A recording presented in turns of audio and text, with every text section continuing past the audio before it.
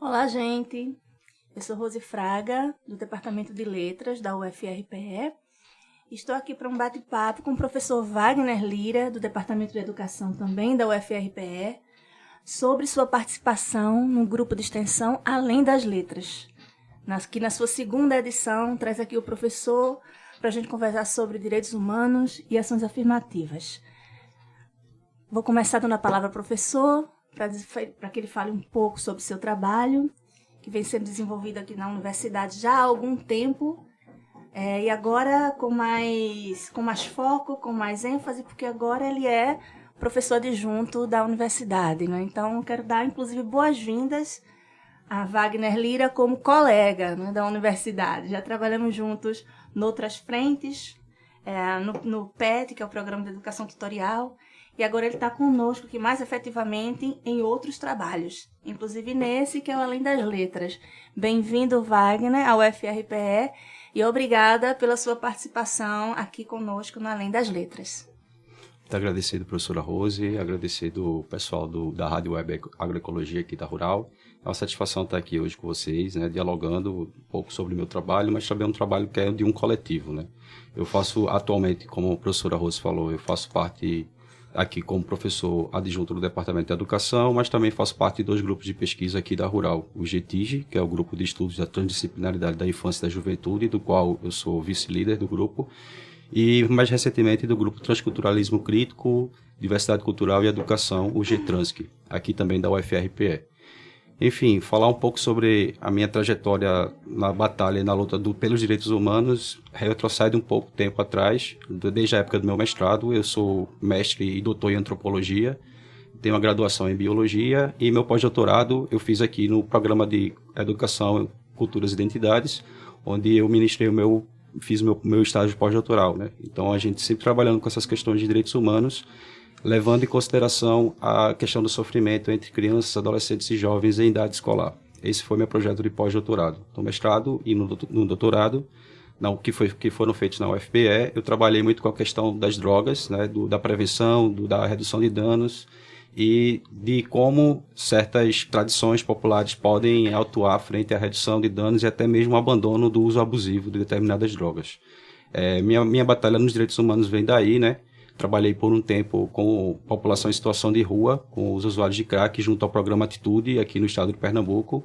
Isso nos anos de 2014, 2015, 2016. Fui bem atuante nessa área, né, área de prevenção e tratamento para usuários de drogas. E por um tempo trabalhei com isso.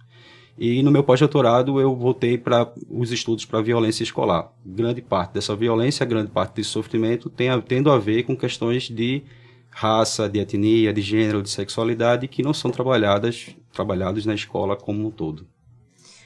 Ô Wagner, fala para nós um pouco sobre quais as dificuldades e quais as expectativas desse trabalho com direitos humanos num contexto tão difícil que é o que nós estamos atravessando no país e até mesmo dentro da universidade, com algumas resistências quando falamos em direitos humanos, quando falamos em população de risco, quando falamos em proteção à criança.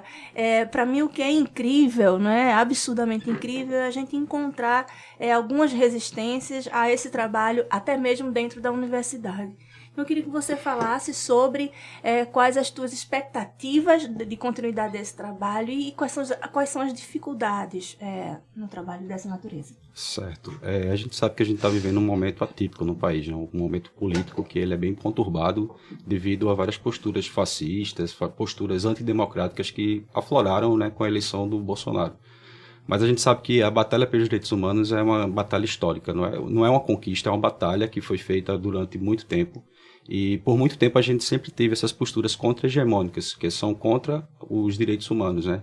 Obscurecendo a temática, simplificando. E atualmente a gente vê um contexto onde a gente tem uma desconstrução geral, a tentativa de desconstrução dessa política contra-hegemônica, que é a política de preservação ao ser humano como um todo. E a gente vê que existem algumas ações que tentam enfraquecer esse movimento contra-hegemônico.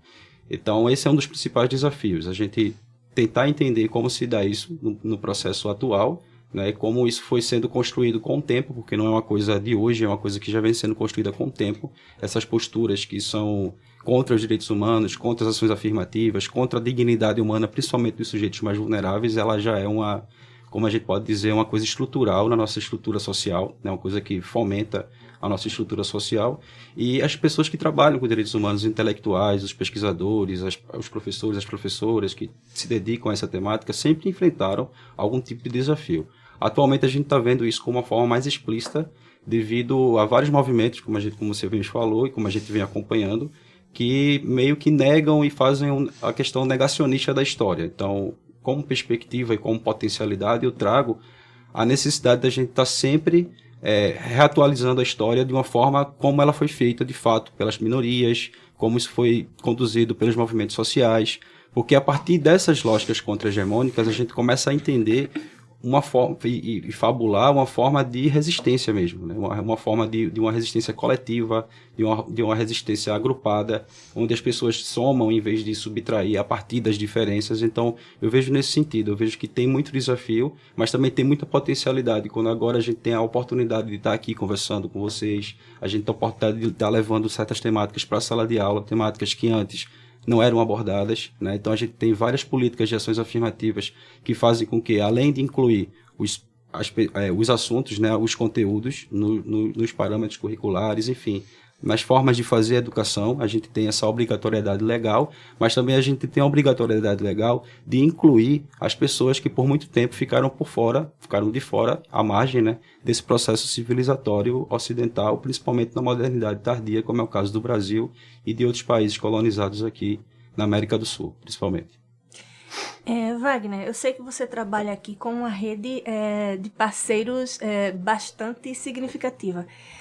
Com professores de grande importância para a universidade, como o professor Humberto Miranda, o professor Hugo Monteiro, e através deles é que nós nos conhecemos, né? Nos conhecemos e começamos também a trabalhar juntos no PET, Práticas de Letramento.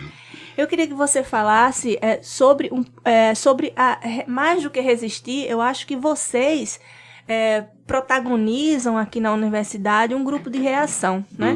Então, mais do que resistir, é preciso reagir, e eu acho que, na minha avaliação, vocês representam um pouco dessa reação, ou parte dessa reação, aqui dentro da universidade.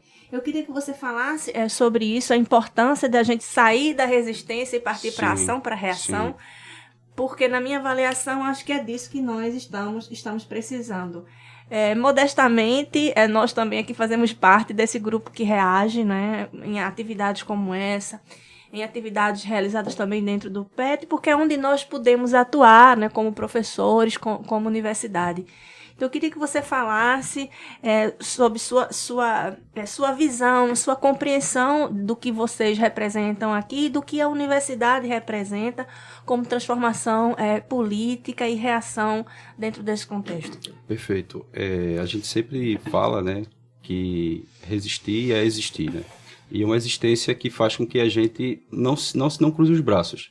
É uma resistência de existência na sala de aula, quando a gente introduz certas temáticas, quando a gente faz os projetos de extensão, quando a gente sai da universidade e cria redes de ramificação, onde essas posturas contra-hegemônicas em defesa da democracia, em defesa dos princípios do direito, em defesa do ser humano como um todo, ele possa ser acoplado no cotidiano das pessoas. Até uma visão dialética de Marx, né, onde a gente está fazendo realidade com a mudança, a gente faz história com a nossa vida, né, com o nosso cotidiano. Então, além dessas ações extensionistas, eu, pelo menos, e alguns professores, como você mesmo falou, o professor Moisés, o professor Hugo Monteiro, o professor Humberto Miranda, a gente faz essas ações e como se isso fizesse parte do nosso cotidiano mesmo, entendeu? Transmitindo mensagens, disponibilizando materiais, procurando dialogar com a sociedade, não ficar apenas nos ciclos universitários. Assim, a gente sabe que os ciclos universitários eles são importantes, mas é importante que a gente exporte e mostre essa tecnologia para a sociedade como um todo. Não apenas nas ciências humanas, mas acredito que em todas as ciências elas têm muito a contribuir com esse diálogo com a sociedade. Porque por muito tempo a nossa universidade pública foi um lugar e um espaço elitista, né? A gente sabe que, historicamente, são universidades que são ocupadas por quem tem um poder aquisitivo maior, né? As classes populares sempre ficaram de fora. com as políticas de ações afirmativas, como eu falei, principalmente as políticas de cotas, a gente começa a abrir o espaço da universidade para pessoas que nunca tiveram acesso a essa universidade, né? E aqui dentro a gente fazer os coletivos, dialogar, fazer os eventos, como vamos ter o evento de hoje, né? Sempre procurando expandir essa rede para além da universidade, não ficar apenas restrito em nossos estudos, né? Que são importantes também, mas que isso seja apropriado pela sociedade como um todo. Hoje mesmo vamos ter a participação da Escola de Referência Eurídice Cadaval de Itapissuma, e vem o gestor e vem alguns professores de áreas distintas, vão participar aqui conosco do Além das Letras, porque o nosso interesse, inclusive, é levar uma das edições do Além das Letras para Itapissuma, para a Escola Eurídice Cadaval, que já é parceira nossa noutros momentos aqui, como o Vivências, que é idealizado pelo PET Políticas Públicas, como o LECID, idealizado pelo PET Letramentos. A escola já participa conosco e agora está também no nosso grupo Além das Letras. Só para fazer justiça aqui ao professor Moisés, é o professor Moisés de Melo Santana, de que falamos, né? Sim, então, fazer justiça a ele, falamos do professor Humberto Miranda, professor Hugo Monteiro e agora o professor Moisés de Melo Santana, também uma grande referência aqui na universidade, para todos nós, no trabalho com educação étnico-racial e direitos humanos, um trabalho de referência aqui para nós. Qual a tua expectativa de participar agora num grupo que é idealizado pelo curso de letras, né? Você já vem comigo, que também sou de letras, mas o meu grupo PET é interdisciplinar. Mas agora é um grupo de letras. O que é que você pensa? O que é que esse pessoal de letras está fazendo com esse curso? Trazendo um tema como esse? O que é que você está pensando? Qual é a tua expectativa? Bem, minha expectativa é das melhores, né? Eu vejo assim, eu já tenho contato com o curso de letras já há 2 anos e meio. Quando eu iniciei meu estágio pós-doutoral aqui na Rural, eu peguei algumas disciplinas, principalmente a disciplina Fundamentos de Educação, junto com o professor Hugo Monteiro Ferreira, onde eu pude entrar em contato um pouco com a realidade do curso. Então, é um curso que eu tenho já uma trajetória com eles e com vocês também, né, com os projetos de pesquisa que a gente vem desenvolvendo. E eu vejo assim, de uma tremenda importância, porque quando a gente fala de letras, a gente fala de letramento, fala de códigos simbólicos, a gente fala de cultura, né? Então eu acho que tem muito a ver com a antropologia, quando a gente começa a trazer a perspectiva de que certas culturas de opressão, elas são acopladas na nossa estrutura social com o tempo, né? E isso também é uma forma de letramento, letramento para a opressão. Enquanto a gente vê as políticas de ações afirmativas, as políticas voltadas para os direitos humanos, também como uma outra forma de letramento, que é uma forma de letramento contra-hegemônico, como eu já falei. Uma forma mais coletiva, uma forma onde a gente... Que justamente é o que a educação no século XXI nos propõe. O professor Edgar Morin, né, que é o professor também Boaventura Souza Santos, que hoje está em Caruaru, né, no seminário lá, esses pesquisadores, eles sempre estão trazendo para a gente uma nova perspectiva, uma nova forma de ver a educação que supera a questão disciplinar, uma nova forma de ver a educação que dialogue com as culturas tradicionais, principalmente, como dizia o professor Boaventura, né, as epistemologias do Sul, os nossos conhecimentos tradicionais, os nossos mestres, a nossa cultura popular. Tudo isso é muito enriquecedor para a gente formar esse foco de existência e resistência, como eu falei. Porque, atualmente, as políticas antipovo, né, antidemocráticas, elas estão querendo atacar esses coletivos como se esses coletivos surgissem agora para fazer balbúrdia. Mas não, quando a gente vai para a história do Brasil, a gente vai ver que desde que o colonizador pisou aqui no país, existiram movimentos sociais contra-hegemônicos, como é o caso dos indígenas, como é o caso dos negros escravizados que vieram da África na forma de quilombos, como é o caso das ligas comunitárias da educação do campo. Então a gente vê que essa cultura contra-hegemônica ela vem sendo construída desde o início do Brasil, né? Desde a colonização, do saque, da invasão do continente americano. Houve esse tipo de movimento hegemônico, né? Mas também sempre houve a contra-hegemonia, porque a contra-hegemonia fazia com que meio que amortecesse as brutalidades, tanto na época colonial, tanto na época imperial, tanto na época republicana, que onde a gente está atualmente também na república mais contemporânea, por assim dizer. Mas, assim, por outro lado, sempre existiam movimentos de resistência que precisam ser enaltecidos porque nosso povo não é feito apenas pelo colonizador branco, né? Nosso povo tem uma pluralidade, uma multiplicidade cultural que nunca foi reconhecida oficialmente. A gente sempre procurou colocar essas diferenças e dizer que nós somos brasileiros, né? Nós não somos Não temos cor, não temos raça, não temos etnia, não somos brasileiros. Mas que brasileiros são esses que somos, né? Que representamos a nossa identidade nacional, né? Que brasileiro é esse que por muito tempo a gente estudou nas aulas de história da escola? Um brasileiro que muitas vezes não se reconhece com essa brasilidade, porque a gente tem várias brasilidades. E uma educação para o século XXI, principalmente aqui na América do Sul, ela procura levar em consideração essas outras formas de ser humano, essas outras formas de identidade, que também podem ser vistas e precisam ser vistas enquanto complementares ao processo democrático, e não enquanto coisas que a gente tem que excluir para existir uma democracia. A diferença ela precisa ser englobada de uma forma que reconheça essas diferenças e não a gente exclua. Então eu vejo o curso de letras enquanto uma possibilidade da gente também encontrar, mas contar essa história que aconteceu e que por várias questões a gente não conhece, desconhece. A tua fala vem mesmo ao encontro do que a gente está fazendo aqui, né? No Além das Letras, porque é para muito além da língua, né? Ou das letras. Mas é pela língua que a gente reconhece e que a gente toma conhecimento dessa história, dessa cultura. É pela literatura, é pelo que ficou nos jornais, é pelos documentos oficiais. Então, o quanto que a língua diz muito mais que a própria língua. É isso que a gente trabalha também no curso de letras, na história que não apenas da língua, mas a história que a língua conta sobre quem somos nós, o que fazemos, o que comemos, o que vestimos, onde moramos, que tipo de relação com os outros tínhamos e temos. Então, tudo é um contínuo e tudo é contado e nos é passado por um registro linguístico. Então, a língua nos diz muito mais que a própria língua. Eu acho que o nome do grupo, Além das Letras, também inclui essa perspectiva, né, de que a língua conta uma história, a língua materializa uma cultura, materializa uma arquitetura, uma memória, uma identidade, né, do que nós fomos e do que nós estamos sendo, né, a partir do que foi construído por nós mesmos.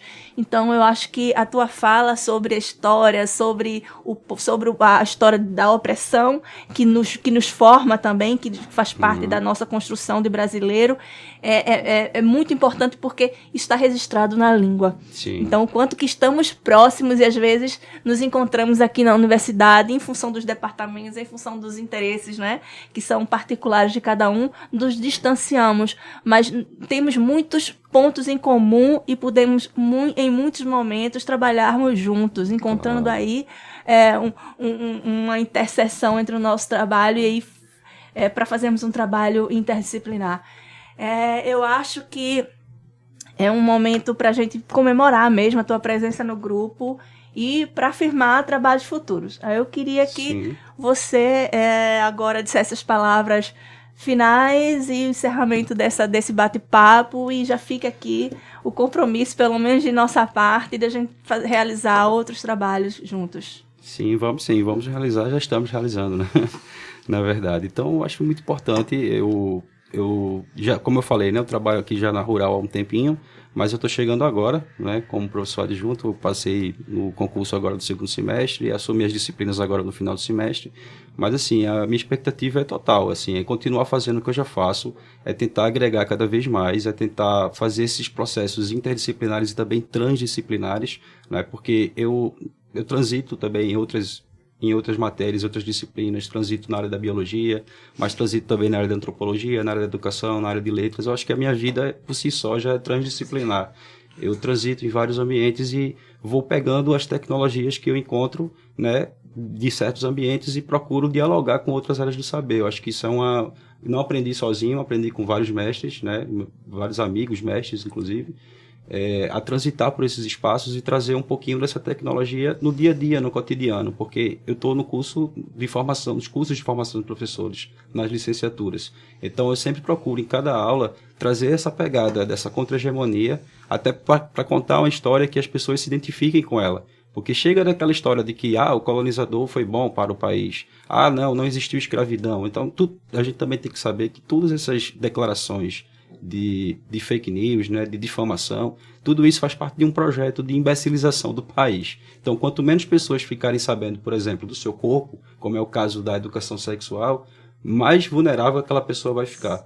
Então, a ideia é que a gente leve esses conhecimentos de fato, que a gente enfrente essa onda conservadora e que a gente diga, não, a escola, a universidade são lugares de saber e de poder. Lugares onde vocês podem, no futuro, inclusive os meus alunos, eu sempre falo, meus alunos e minhas alunas, que no futuro vocês podem também estar ocupando, vocês vão ocupar esses cargos aqui, né? Um cargo de professor, de pesquisador. Então, para isso, vocês precisam ter acesso a essa tecnologia, porque assim, a gente está começando a fazer uma revolução na própria no sistema universitário, né? A gente vê que a universidade rural já tem 85% de pessoas que vêm de classes populares e tal. Então, contar essa história para que as pessoas se reconheçam com ela e que passem isso adiante. Eu acho que essa é a grande proposta de um curso de formação de professores, porque quando as pessoas vão passar por mim, por você, por outras pessoas que também trabalham com essa temática, elas vão ter acesso a esse tipo de conhecimento e passar aquilo adiante e fazer a mudança no cotidiano, no dia a dia. Muitas pessoas dizem, o fascismo ganhou. Beleza, o fascismo ganhou na macropolítica, mas na minha casa ele não ganhou. Na minha também não. Na minha sala de aula ele não ganhou. Até porque eu tenho uma pluralidade de alunos. Eu tenho alunos do candomblé, eu tenho alunos do Xangô, eu tenho alunos do catimbó, eu tenho alunos evangélicos. E todos eles, dentro da minha sala de aula, não sei em outras professores, mas eles conseguem, pelo menos, se identificar com aquela realidade. Então eu nunca tive ainda nenhum conflito de dizer, não, o senhor é comunista, porque eu conto a história onde, de fato, eles se identificam, eles veem a realidade. É uma teoria e uma história onde as pessoas se identificam com ela, que é a teoria que a gente está vendo no cotidiano. É a teoria sempre da macropolítica querendo esmagar a micropolítica. Então, o nosso papel enquanto formadores de opinião, enquanto pesquisadores, professores, professoras, é justamente contar essa nova história e fazer com que as pessoas se reconheçam com ela e, a partir disso, mudar as estruturas sociais. Porque eu acredito que a gente, com o tempo, a gente está conseguindo já mudar muita coisa. Apesar dos retrocessos, né? Apesar do milicianismo, do bolsonarismo, a gente tem esses focos de resistência e de existência no cotidiano. Né? Então, basicamente isso. Trabalhar com essas potencialidades da cultura popular, os saberes do povo, os saberes tradicionais, trazer isso para a universidade, fazer um encontro de saberes com com os conhecimentos tradicionais que muitas pessoas desconhecem, estigmatizam e até dizem que é coisa do demônio, quando na verdade são coisas do povo, né? Coisas do cotidiano, coisas de proteção. Proteção de tanta opressão que, historicamente, 520 anos de país, a gente sofre e vem sofrendo.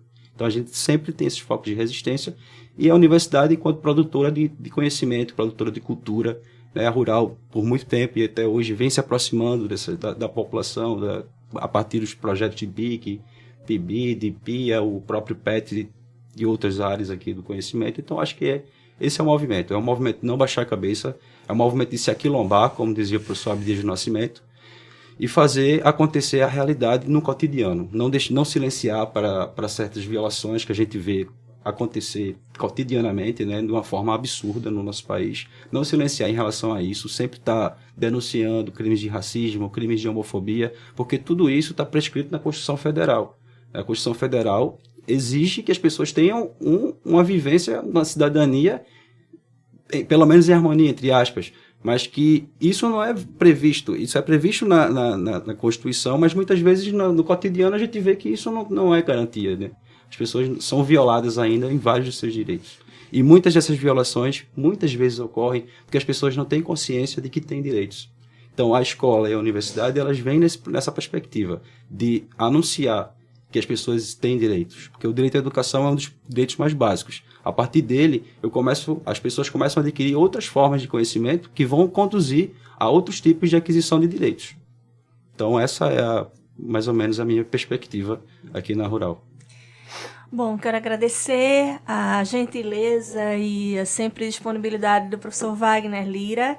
Agradecer a professora Valéria Gomes, que coordena o Grupo Além das Letras, pela oportunidade de participar desse grupo, de participar dessa entrevista aqui com o professor e meu amigo Wagner Lira. Então, eu acho que é desejar que tenhamos um bom evento e que tenhamos futuros trabalhos pela frente. Obrigada, Wagner. Obrigada a todos. Muito obrigado. Agradecer.